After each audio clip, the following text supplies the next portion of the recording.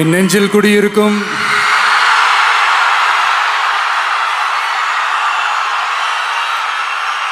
கரூர் சொந்தங்கள், உங்கள் அனைவருக்கும் என்னுடைய வணக்கம்.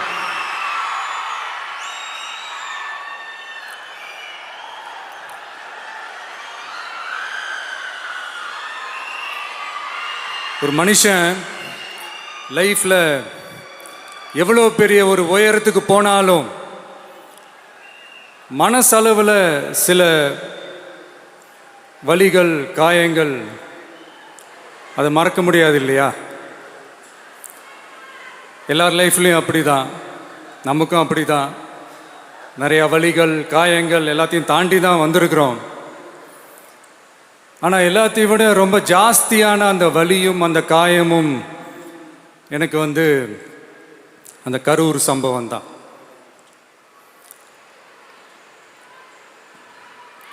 மக்களை சந்திக்கணும், மக்கள் பிரச்சனைகளை எடுத்து பேசணும்.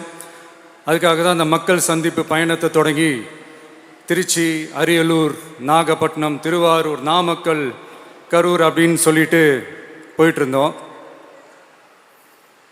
அரியலூரில் அந்த மீட்டிங் முடிச்சுட்டு பெரம்பலூர் போகிறதுக்கு முன்னாடி அந்த பெரம்பலூர் போலீஸ் எங்களை அலர்ட் பண்ணாங்க. சரிங்க, கூட்டம் கொஞ்சம் ஜாஸ்தியாக இருக்குது, லேட் ஆகிடுச்சு, வராதிங்க அப்படின்ட்டு. So we had no choice. Police சொன்னால் நம்ம அதை ஒபே பண்ணி தானே ஆகணும். அதே நேரத்தில் பெரம்பலூர் மக்களோட அந்த சேஃப்டியும் மைண்டில் எடுத்துக்கிட்டு ஒரு மன வலியோடவே திரும்ப போயிட்டோம். அதுக்கப்புறம் பெரம்பலூர் தொகுதி மக்களுக்கு மன்னிப்பும் கேட்டோம். அதே மாதிரி நாமக்கல் அந்த மீட்டிங் முடிச்சுட்டு கரூர் வரும்போது அந்த கரூர் போலீஸ் எங்களை அலர்ட் பண்ணியிருக்கலாம்ல.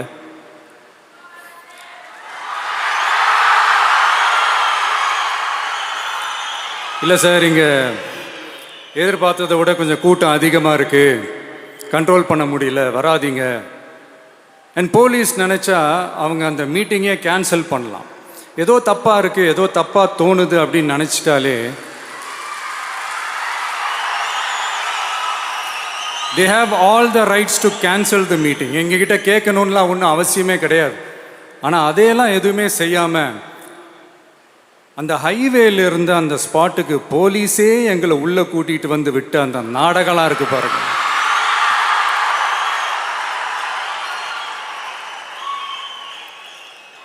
நம்பிட்டேங்க, முழுசாக நம்பிட்டேன். அன்னைக்கு இருந்த அந்த கரூர் போலீஸ் பேசும்போது தேங்க்ஸ்லாம் சொன்னேன் அவங்களுக்கு. எனக்கு தெரியாது இப்படி ஒரு நாடகம் நடக்கும். இதுக்கெல்லாம் யார் காரணம்? இதெல்லாம் யார் சொல்லி செஞ்சது? இப்படி பண்ணுங்க, அப்படி பண்ணுங்க, சப்போஸ் அப்படி நடந்தா இப்படி பண்ணுங்க, சப்போஸ் இப்படி நடந்தா இந்த மாதிரி இன்ஸ்ட்ரக்ஷன்ஸ்லாம் கொடுத்து அந்த ப்ரெஷர் போடுறது யாரு?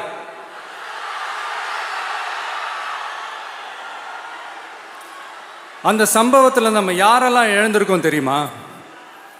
ஒரு டிவியில் என் படமோ பாட்டோ வந்துச்சுன்னா, அம்மா விஜய் மாமா, அம்மா விஜய் மாமா அப்படின்னு சொல்லி அவங்க அம்மா கிட்ட சிரிச்சுக்கிட்டு அந்த டிவி ஸ்க்ரீனை போய் தொட்டு முத்தம் கொடுத்துக்கிட்டு என் அக்கா தங்கச்சிங்களோட தங்க பிள்ளைகளை இழந்திருக்கோம்யா. மழலை கூட சரியா வராதப்போ ஒரு பேப்பர் மேகசின்ல என் ஃபோட்டோவை பார்த்தா அது சிரிச்சுக்கிட்டு அந்த கள்ளங்கபடம் இல்லாத அந்த சிரிப்பு, அந்த கடவுள் மாதிரி இருக்கிற அந்த பச்சை பிள்ளைங்களை இழந்திருக்கோம்யா. என் அக்கா தங்கச்சி, அண்ணன், தம்பி, குடும்ப உறவுகளை இழந்து அந்த வலியோட இருக்கிற என்ன நீங்க ஏளனமா பேசுறீங்களா? என் மேல பழிய தூக்கி போடுறீங்களா? இப்படி ஒரு சம்பவம் நடந்துருச்சு. இது ஏன், எதனால, அதுக்கான பின்னணி என்னன்ட்டு அந்த வலியோட வீட்டில் உட்கார்ந்துட்டு இருக்கிறேன். ஓடி ஒளிஞ்சிட்டான்னு வர சொல்றீங்களா? வாயின்னு முன்னிருந்தா என்ன வேணாலும் பேசுவீங்களா?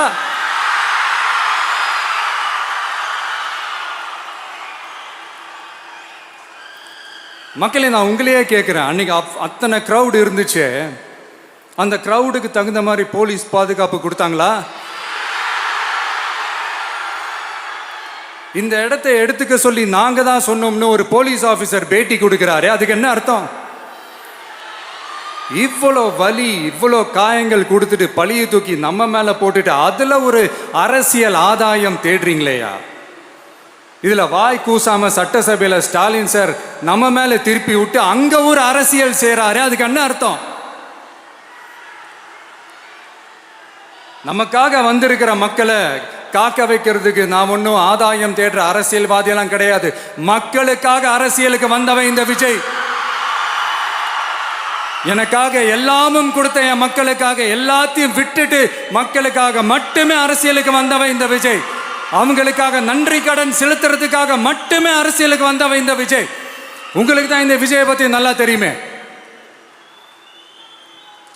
ஆனா நம்ம எல்லாருக்குமே இத்தனை வலிகள் காயங்கள் கொடுத்தவங்களுக்கு இந்த 2026 தேர்தலில் தக்க பதிலடி கொடுத்துட்டீங்க. ஆனா அது மட்டுமே பத்தாது மக்களே, அது மட்டுமே பத்தாது. காலகாலத்துக்கும் எழுந்திருக்கவே முடியாத அளவுக்கு நிரந்தரமான ஒரு பதிலடியை நீங்க கொடுத்துக்கிட்டே இருக்கணும்.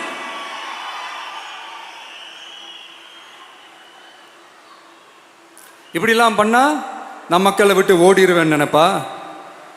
யார் என்ன ஓடினாலும் நான் மக்களை விட்டு எல்லாம் ஓட மாட்டேன்.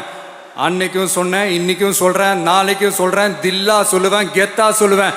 பணமா ஜனமா அப்படின்னு கேட்டா என் ஜனம் தான்டா எனக்கு முக்கியம்.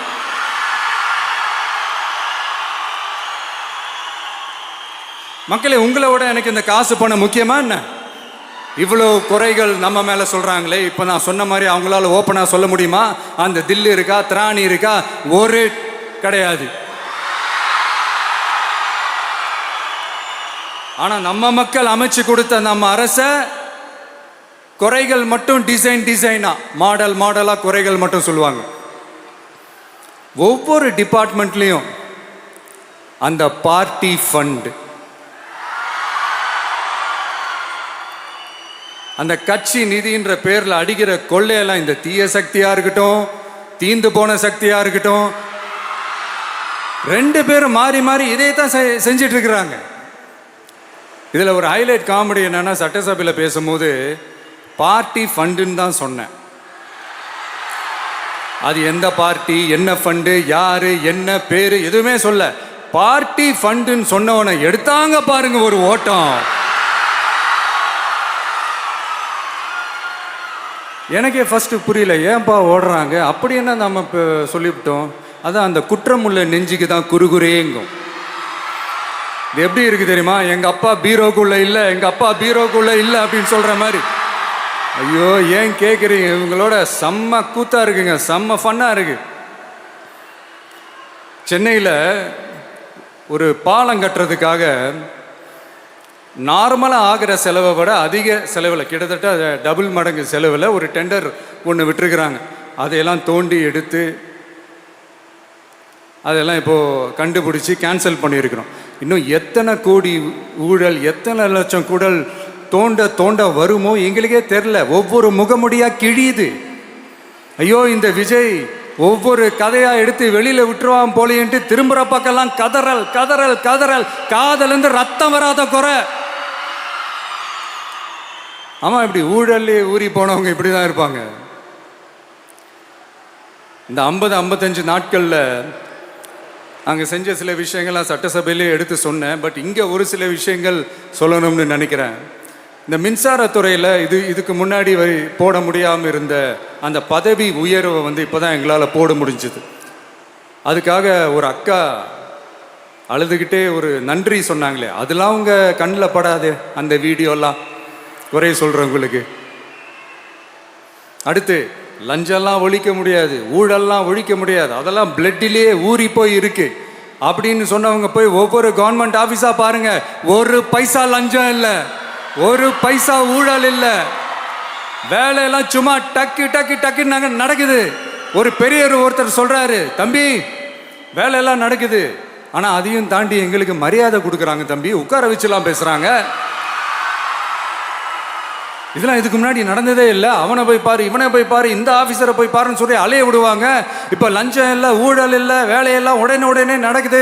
மக்கள் அப்படி ஒரு பெருமூச்சு ஒன்று விடுறாங்க. அதை பார்த்து நமக்கு அப்படி ஒரு ஹாப்பினஸ்.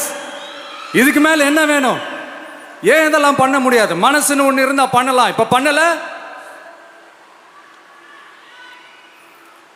அதே மாதிரி இந்த எல்என்டி நிறுவனத்தோட 18,600 crore 3 திட்டங்கள் அந்த ஒப்பந்தம் அந்த கையெழுத்து போட்டிருக்கிறோம்.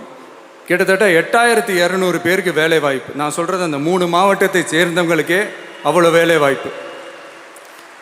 குறுவை சாகுபடிக்காக 134 கோடியில் அந்த சிறப்பு தொகுப்பு திட்டம் அறிவிச்சிருக்கிறோம் நம்ம விவசாயிகளுக்காக. இப்போவும் சொல்கிறேன், நம்ம விவசாய பெருமக்களே, உங்களோட இந்த அரசு கூடவே நிற்கும். பெண்கள் பாதுகாப்புக்காக சிங்கப்பெண் அதிரடி படை, அது உங்களுக்கு நல்லாவே முன்னாடியே தெரியும். வரப்போகிற அறிஞர் அண்ணா அவர்களுடைய பிறந்த நாளில் உங்கள் அண்ணனுடைய அரசில் தாய் மாமன் தங்க மோதிர திட்டம் அறிவிக்கப்படும். இதெல்லாம் கேட்டாங்களே, வாக்குறுதி கொடுத்தீங்களே, என்னாச்சு என்னாச்சுன்னு. இந்த தீய சக்தி மாதிரி ரியல் தாய் மாமன்லாம் கிடையாது, ரியல் தாய் மாமன். எப்படி ரியல் தாய் மாமன்.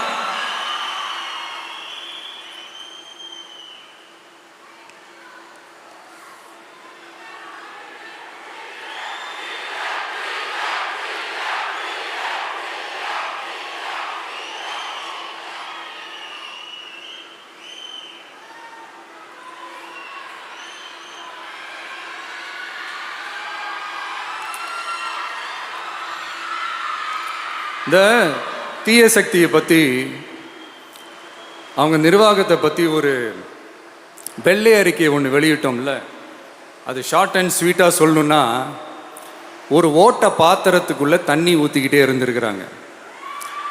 பாத்திரம் எம்டியாகவே இருந்திருக்கு, ஆனால் ஊற்றின தண்ணி தான் எங்கே போச்சுன்னு தெரில. கடவுளுக்கு தான் வெளிச்சம். அது மாதிரி இப்போ நம்ம சொன்னதெல்லாம் சும்மா ஒரு சாம்பிள் தான். இன்னும் வரப்போகிற நாட்களில் உங்கள் அரசனுடைய அந்த விஸ்வரூபத்தை நீங்கள் பார்ப்பீங்க. அடுத்து வாயத்துறங்க சிஎம். அடாடா, உங்கள் சிஎம் நெஞ்சிலேயே குத்திட்டு வந்தீங்க பாருங்க, அதெல்லாம் வேற லெவல். பேசுங்கன்றீங்க, பேசுனா எந்திரிச்சு ஓடிடுறீங்க. இனிமேல் பேச ஆரம்பிக்கிறதுக்கு முன்னாடி என்ன பண்ணணும் அப்படின்னா, ஒரு நண்பர் ஒருத்தர் சொன்னார், மாண்புமிகு பேரவைத் தலைவர் அவர்களே, எல்லா டோரையும் இழுத்து லாக் பண்ணுங்க அப்படின்னு சொல்லிட்டு தான் பேச ஆரம்பிக்கணும் போல் இருக்கு. ஏன்னா பேசிட்டு இருக்கும் போதே எந்திரிச்சு ஓடிடுறாங்க. 5 நிமிஷம் பேசினதுக்கே குளத்தூரில் கொத்து பரோட்டா போட்டாங்க. இதுக்கு மேலே பேசினா மொத்தமாக முடிஞ்சிடும், பார்த்துக்கங்க. நாம் அரசியல் பேசினா விஜயெல்லாம் அரசியல் பேசலாமா அப்படிங்கிறது. சரிப்பா, நமக்கு எதுக்கு வம்பு, நம்ம பாட்டுக்கு நம்ம வேலையை பார்ப்போம், எதுக்கு அவங்கள பற்றி பேசிக்கிட்டு அப்படின்னு இருந்தால் விஜய்க்கு அரசியலே பேச தெரில அப்படிங்கிறது. இப்படியே மாறி மாறி மேகதாது அணையை பற்றி என்ன தெரியும், விஜய் அதை பற்றி பேசலை. இப்படி நம்ம அரசியலுக்கு வந்ததுலேருந்தே ஒரு கூட்டம் குறை மேலே குறையா சொல்லிக்கிட்டு, பாட்டுக்கு பாட்டு கச்சேரி எங்களுக்கும் பண்ண தெரியும், பண்ணலாமா? இந்த மேகதாது அணை சம்பந்தமான அந்த வழக்கில் தமிழ்நாட்டோட பெட்டிஷனை சுப்ரீம் கோர்ட் எப்போ ரிஜெக்ட் பண்ணுச்சு? அப்போ யார் ஆட்சியில் இருந்தா? ஏன் ஒழுங்காக வாதாடல? நீங்கள் ஒழுங்காக வாதாடி இருந்தீங்கன்னா அதை ரிஜெக்ட் பண்ணியிருக்க மாட்டாங்கல்ல. ஏன் ஸ்டாலின் சார் வேணும்னே விட்டுட்டாரா? ஏன் இப்படிலாம் கேள்வி கேட்கலாமா? இப்படிலாம் கேள்வி கேட்டால் தான் மேகதாது அணையை பற்றி பேசுனதா அர்த்தமா? ஏன் அந்த ஸ்டேட்டு சிஎம் பேசுகிறாரு, நீங்கள் ஏன் பேசலை அப்படின்னா, நம்ம ஸ்டேட்டோட உரிமையை எங்கே நிலைநிறுத்தணுமோ அதுக்காக வேலை பார்க்குறது மட்டும்தான் முக்கியம். சும்மா சவால் விட்டுக்கிட்டு சீண்டி பார், நான் யார் தெரியுமா, தொட்டு பார், இப்படிலாம் பேசிக்கிட்டு இருந்தால் வேலைக்கு ஆகாது. சும்மா பேசி பேசி பிரச்சனையை வளர்த்துக்கிட்டு யார் மேலே அது பழியை தூக்கி போட்டுட்டு அப்புறம் மக்களை அம்போன்னு தெருவில் விட்டுட்டு இப்படி தான் ஒரு அரசியல் பண்ணணும்னா அந்த அரசியல் நமக்கு தேவையும் இல்லை, அதை நம்ம செய்யவும் போகிறதில்ல. Talk less work more mode தான், அதுதான் நம்ம பாலிசியே. அதனால தான் சட்டசபையில் அந்த அரசினர் தீர்மானம்னு சொல்லி ஒன்று கொண்டு வந்தோம். அது எப்படி டு டேக் இட் ஃபார்வர்ட், எப்படி கொண்டு போகணுமோ அதை சரியாக செய்வோம். சென்ட்ரல் கவர்மெண்ட்லேருந்து அந்த டீலிமிட்டேஷனை திரும்ப கொண்டு வர போகிறதா ஒரு பேச்சு ஒன்று அடிபடுது. யார் என்ன டீலிமிட்டேஷன் கொண்டு வந்தாலும் தமிழ்நாடு அது ஒத்துக்காது. நமக்கான இடத்தை யாரும் பறிக்கவும் முடியாது, அது பறிக்கவும் விட மாட்டோம். இப்படி நாம் இருக்கும் போது இந்த தீய சக்தி திமுக எங்கே போய் நிற்குது, யார் கதவை தட்டிக்கிட்டு நிற்குது, அது உங்களுக்கே நல்லா தெரியும். மக்களே, இந்த தீய சக்தியும் தீந்து போன சக்தியும் வேறலாம் இல்லை, கூட்டு களவாணிங்க. சொல்ல முடியுமா அவங்களால? எங்களுக்குள்ள ஒட்டும் இல்லை, உறவும் இல்லை, அறிவிக்க முடியுமா? நிரூபிக்க முடியுமா? இந்த வரப்போகிற இடைத்தேர்தலில் அதை நிரூபித்து காட்டுங்க, அப்புறமா பேசுங்க. மக்களை, என் மனசை விட்டு கரூர் எப்பவும் நீங்கவே நீங்காது. நமக்கு ஏற்பட்ட வேதனையான சம்பவத்தை, நமக்கு எதிராக நடந்த சதிய சூழ்ச்சிய இனி வர்ற ஜென்ரேஷனும் அவங்களுக்கு தெரியப்படுத்தணும்ல.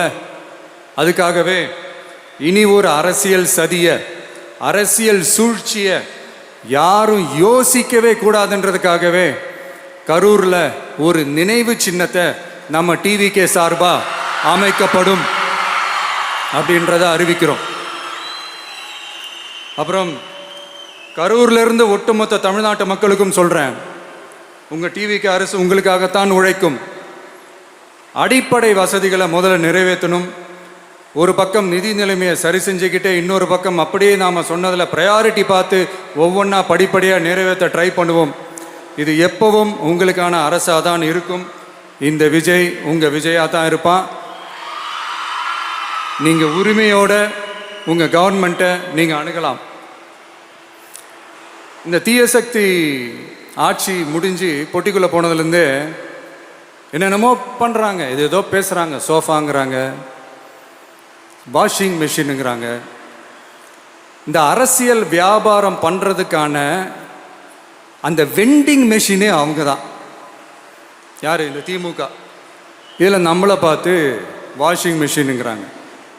எலெக்ஷனில் ஓட்டுக்கு காசு கொடுக்குற அந்த கலாச்சாரத்தையும் அந்த கல்ச்சரை அடித்து நொறுக்கி இருக்கிறோம். எலெக்ஷன்லேயே அப்படி வேலை பார்த்த நமக்கு எதுக்கு இந்த குதிரை, கழுதை, ஒட்டக பேரெல்லாம்? மக்களின் பக்கம் அப்படி இருக்கும்போது நமக்கு எதுக்கு இந்த பேரெல்லாம்? இந்த திருட்டு திமுக ஆட்சியை வச்சுக்கிட்டு ஊரடிச்சு ஒலையில போட்டு இந்த கொள்ளையை அடிச்சதுனால தான் உங்க கரூர் கம்பெனி ஓனர் ஒருத்தர் எங்க எங்க இருக்காருன்னே தெரியாம ஓடு ஓடு ஓடு ஓடு ஓடு ஓடு ஓடு ஓடு வராம் பாரு வேட்டக்காரன் ஓடினே இருக்கிறாரு. இன்னொருத்தர் ஃபாரின்ல போய் ஒளிஞ்சுக்கிட்டார். ஃபாரின் ஸ்டாலின் சார்ன்னு நினைச்சிட போறீங்க, அவர் இல்லை. எனக்கு எப்பவுமே ஸ்டாலின் சார் மேல ஒரு தனி பாசம் ஒன்று உண்டு.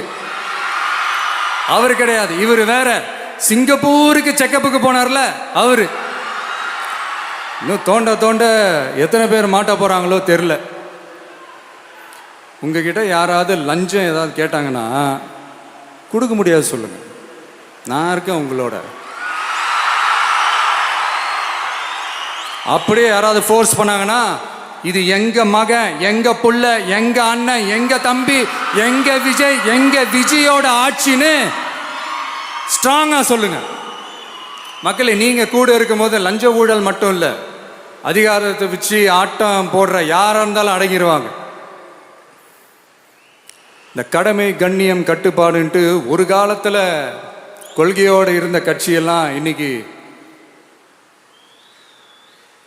எப்படி இருக்கான்னு உங்களுக்கே தெரியும். அதாவது இந்த டிவிகே கட்சியோட தலைவரை எதிர்க்கிறதுல ஒரு நியாயம் இருக்கு. ஏன்னா உங்க பொழப்புல மண்ணள்ளி போட்டான். என்ன, இந்த ஊழல் லஞ்சம்லாம் பண்ண மாட்டேன்னு சொல்லி உங்க அரசியலையே ஒரு தெருமுனைக்கு கொண்டாந்து விட்டான். மக்கள் வேற அவனை தான் நம்புறாங்க. ஸோ இந்த விஜயை எதிர்க்கிறதுல ஒரு அரசியல் நியாயம் இருக்குது, அதை புரிஞ்சுக்கலாம். ஆனால் இன்னைக்கு இந்த விஜயை மக்கள் ஓட்டு போட்டு ஜெயிக்க வச்சு ஒரு தீர்ப்பை கொடுத்து மக்களுக்காக வேலை செய்யறதுக்காக முதலமைச்சராக உட்கார வச்சிருக்கிறாங்க. என்னமோ இன்னமும் நீங்க தான் ஆட்சியில் இருக்கிற மாதிரி. விஜய் கரூருக்கெல்லாம் போகக்கூடாது, விஜய் இங்க போகக்கூடாது, அது செய்யக்கூடாது, இது செய்யக்கூடாதுன்னு எனக்கு புரியலையே. ஆட்சியில் இருக்கும் போது தான் இவ்வளோ கட்டுப்பாடெல்லாம் போட்டீங்க, எஸ்ஓபிஸ்லாம் போட்டீங்க, ஸ்டாலின் சார் ஆப்ரேட்டிங் ப்ரொசீஜர்லாம் போட்டீங்க. இப்போவும் அதே பண்ணிட்டு இருந்தீங்கன்னா என்ன சார் நியாயம்? இல்லை, நான் தெரியாம தான் கேட்குறேன். இன்னும் கனவுலையே இருக்கிறீங்களா? முதல்ல முழிச்சு வாங்க, ரியாலிட்டிக்கு வாங்க. உங்க ஆட்சியெல்லாம் வீட்டுக்கு போய் டிவிக்கேன்னு ஒரு ஆட்சி வந்து ரொம்ப நாள் ஆச்சு. ஒழுங்கா படி, ஒழுங்கா படி என்று சுப்ரீம் கோர்ட் ஓங்கி மண்டேலியே நறுக்கு நறுக்கு நறுக்கு என்று செம்மட்டியாலே அடிச்சும் இந்த திமுக முழிச்சிக்கல அப்படின்னா அப்போ கொஞ்சம் கஷ்டம்தான். வெற்றி தோல்வியெல்லாம் அரசியலில் சகஜம் சார். அதுக்காகலாம் வெறி பிடிச்சி இந்த பதவி வெறி பிடிச்செல்லாம் அலைய தேவையில்லை. நல்ல விதமாகவே சொல்கிறேன், நியாயமான அரசியல் பண்ணுங்க. ஓ, அதுதான் உங்களுக்கு தெரியாதுல்ல. இந்த தீய சக்தி திருத்தவும் முடியாது, அவங்களா திருந்துவாங்கன்னு பார்த்தா அதுவும் நடக்க போகிறதில்ல. அதனால் வரப்போகிற இடைத்தேர்தலில் மக்களே இந்த தீய சக்தி திமுகவை நல்லா வெச்சு வெளுத்து விடுங்க. கான்ஃபிடண்டா இருங்க மக்களே, நல்லதே நடக்கும், வெற்றி நிச்சயம். மீண்டும் சந்திக்கும் வரை நன்றி, வணக்கம். மக்களுக்கு குடையாகுது தமிழ்நாட்டை ரெடியாகுது. தமிழ் பொங்காமலே கிளி தூங்காதுடா, இந்த வெள்ளை பின் பார்க்காதுடா. எத்தனை மத்தனை ஒத்திங்க மச்சவன்டா. நான் தன்னந்தனியாளு, நீ நம்ம பாரு.